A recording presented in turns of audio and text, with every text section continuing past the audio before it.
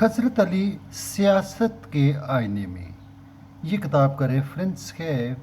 اس میں ڈاکٹر طاء حسین نے حضرت علی کو خلیفہ جب بنے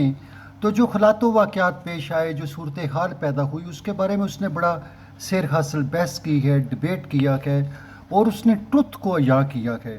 چونکہ بنو امیہ کے دور میں جھوٹ کے وہ رائٹرز خریدے گئے، وہ لکھتے رہے، تو اس ٹائم جب مدینے میں حضرت عثمان کے گھر کے اوپر حملہ ہوا اور بلوائی آ گئے، اس کی بڑی ڈیٹیلز موجود ہیں کہ کیسے ان کو ایک لیٹر دیا گیا، محمد بن ابو بکر کو دیا گیا لیٹر کہ تم جاؤ مصر کے گورنر ہو۔ پھر دوسرا لیٹر اس ایک بندے کے ذریعے بھیجا گیا، ایک ایلچی کے ذریعے بھیجا گیا، جس نے وہ لیٹر لیا، اور وہ بھی لیٹر لے کے مصر کی جا رہا تھا، اور اس میں لیٹر میں لکھا ہوا تھا جب تمہارے پاس محمد بن ابی بکر آئے اور وہ خلافت کا دعویٰ کرے، تم سے وہ گورنری مانگے، مصر کے گورنر کی اس کو بنایا گیا اور کہا جب تم سے گورنری مانگے تو اس کو قتل کر دینا۔ اب وہ قافلہ جو پہلے چلا تھا جس میں محمد بن ابی بکر ہے اور باقی لوگ ہیں، جب وہ راستے میں ہیں تو ایک راستے میں دیکھتے ہیں کہ ایک مسافر جا رہا ہے، ایک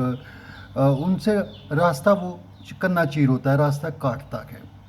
تو ان لوگوں کو کچھ ڈاؤٹ ہوتا ہے، وہ اس کو پوچھتے ہیں کہ تو کون ہے، کہاں سے آ رہا ہے، تو وہ گول مول سے جواب دیتا ہے۔ جب اس سے سختی سے تفتیش کی جاتی ہے تو وہ کہتا ہے کہ جناب میں خلیفہ کی طرف سے آ رہا ہوں، پھر بھی وہ مانتا نہیں ہے۔ جب کنفرم ہوتا ہے، وہ اس کی تلاشی لیتے ہیں تو اس کی پانی کی مشق کے اندر ایک بوتل ہے، چھوٹی سی وہ شیشے کی باٹل ہے، شیشے کی باٹل کے اندر ایک لیٹر ہے۔ جب وہ لیٹر نکالتے ہیں، پڑھتے ہیں، تو اس کے اندر لکھا ہوا تھا کہ محمد بن ابی بکر کو قتل کر دیا جائے۔ اب جب یہ لیٹر وہ لوگ پڑھتے ہیں تو وہ تو آگ بگولا ہو جاتی ہیں کہ اب وہ سواری کس کی ہے، وہ جو مالک ہے اس کے اوپر جو مہر لگی ہوئی ہے، اس گائے کے اوپر جو جانور وہ لے کے جا رہا تھا، ایک سان ٹائپ جانور ہے، تو اس کے اوپر مہر لگی ہوئی ہے، خلیفہ کی مہر لگی ہوئی ہے۔ اس کے بعد جو ہے وہ لیٹر کے اوپر خلیفہ کی مہر لگی ہوئی ہے، تو وہ پھر واپس خلیفہ کے پاس جاتے ہیں تو کہتے ہیں کہ اے خلیفہ یہ آپ کیا کر رہے ہیں؟ ایک طرف ہمیں آپ مصر کا گورنر بنا کے بھیج رکھے ہو، دوسری طرف آپ ہمیں وہ یہ لیٹر بھیج رہے ہیں کہ اس کو قتل کر دیا جائے۔ تو بہت بڑی زیادہ شور اٹھتا ہے۔ اس میں حضرت طلحہ اور زبیر کے نام بڑے پرامیننٹ ہیں۔ مروان بن حکم نے جب حضرت طلحہ کو خون و زہر آلود تیر مارا تو اس نے اپنے غلام کو کہا تھا کہ عثمان کے خون کا بدلہ لینے کے لیے اس سے بہتر کوئی شخص نہیں ہے، اور اس نے حضرت طلحہ کے پنڈلی میں تیر مارا۔ تو یہ آپ تحقیق کر لیجئے، بہرحال یہ ہوا۔ تو اب یہ شورش بڑھتی گئی۔ دوسری طرف آپ دیکھتے ہیں کہ وہ جو ایک قافلہ دوسری طرف سے آیا ہوا تھا، کیا اس کو کہتے ہیں، کوفہ سے، وہاں کوفہ کے گورنر شراب پیتا ہے، انجوائے کرتا ہے، رات کو مجرے کراتا ہے، محفلیں لگاتا ہے، اور صبح کی نماز بھی آ کے پڑھا دیتا ہے۔ وہ 3 رکعت پڑھاتا ہے یا 4 رکعت پڑھاتا ہے، مگر تھوڑی سی زیادہ ہی پڑھا دیتا ہے۔ تو آپ پڑھانے کے بعد وہ کیا ہوتا ہے کہ وہاں وومٹنگ بھی وہ کرتا ہے، الٹی کرتا ہے مسجد کے اندر ہی، اور پھر لوگوں سے کہتا ہے اینی کافی جے کے اور پڑھا دے وہاں۔ جب یہ لوگوں نے دیکھا کہ بنو امیہ تو انسانیت کے سروں کے اوپر آپ کہہ لو کہ وہ چھا گئے ہیں، اخلاقیات، کردار، انسانیت، نتھنگ، نیور ایٹ آل۔ یہی اس کی ابو موسیٰ اشری اور یہ گورنر آف کوفہ کے بارے میں اگر آپ کو کچھ ریالٹی کا وہ ملے تو ان کے جو ڈائلاگس ہیں، ابو موسیٰ اشری کو کیسے ذلیل کیا گیا، ان کی تذلیل کی گئی، اور یہ آپ دیکھیں تو آپ کو پتہ چلے۔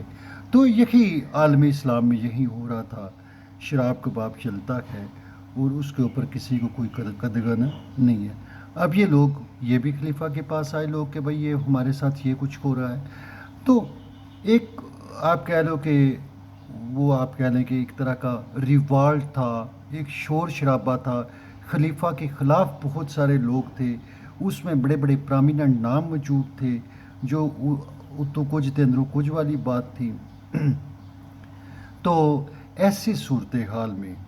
حضرت علی نے ان کے ساتھ پیچ اپ کروایا، ایک دفعہ کروایا، دو دفعہ کروایا، پھر علی اتنے پریشان ہوئے تو کہا کہ میں تمہارے معاملے میں نہیں آنے والا،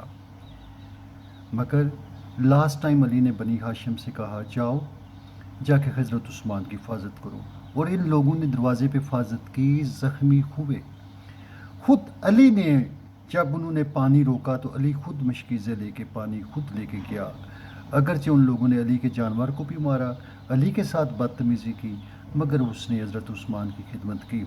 اور اپنی طرف سے اس نے پوری کوشش کی۔ اگر اس کی ساری مسائل کے اندر آپ ایک بندہ دیکھتے ہو تو مروان بن حکم، جس کو رسول خدا نے مدینہ سے نکالا تھا، محمد نے کہا تھا مت آئے مدینہ میں، بٹ حضرت عثمان اس کو لے کے آئے، اس کو 1,00,000 دینار دیا، اس کو باغ فدق ڈونیٹ کیا، اس کو وہ گرو کرنے کا موقع دیا، اور پھر اس نے حضرت عثمان کی آپ کہہ لیں کہ کمزوریوں کا اس طرح فائدہ اٹھایا کہ اس نے انسانیت کی، اخلاق کی، کردار کی دھجیاں اڑا دیں۔ نماز پڑھے، روزہ رکھے، جو بھی کرے، مگر کردار، اخلاق، اعلیٰ ویلیوز جو ہے ان کا وہ قاتل بندہ تھا اور انسانیت کا بدترین دشمن، but he was controlling all the fears at that time. وہی وہ بندہ تھا جس نے حضرت عثمان سے لگ ہو کے